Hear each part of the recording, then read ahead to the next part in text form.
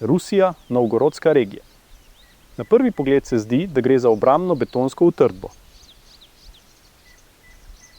Z tega zornega kota je objekt zelo podoben okroglemu vojaškemu bunkerju. Ampak bunkerji niso iz granita. To je velik naravni kamen. Kamen ima zelo čudno obliko. Na eni strani je zaobljena.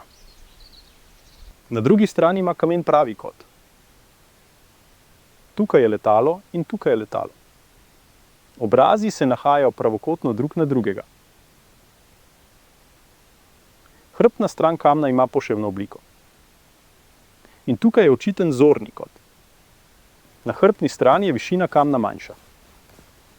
Vrh je presenetljivo raven, kot platforma za pop nastope.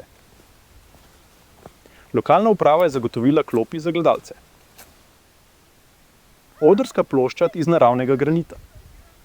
Nobeno gledališče si tega ne more privoščiti. Vidni del kamna tehta približno 500 ton. Nihče ne ve, kakšne so dimenzije podzemnega dela kamna. Pokazal vam bom najbolj zanimive stvari. Kamen se nahaja pod nivojem tal. Približno 2 metra. Tukaj je ravna površina tal. Kamen leži precej nižje, ker je tukaj tekla reka. Okoli kamna je bila voda. Tukaj je levi breg starodavne reke. Tam je desni breg. Prej je bila vodna gladina na tej ravni. Granitno ploščad je z vseh strani obdajala voda. Tu je teklo veliko vode. Ravno dno nastane, ko voda neprekinjeno teče. Ampak danes je tukaj suh. Vode že dolgo ni.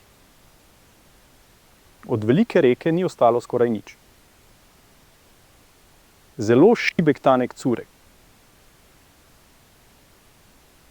Znanost izvor tega kamna pojasnjuje kot nesrečo. Igra naravnih sil. Toda kamen ima zelo čudno obliko. 3 ravnine pod pravim kotom. Na tej strani je skoraj enakomeren valj.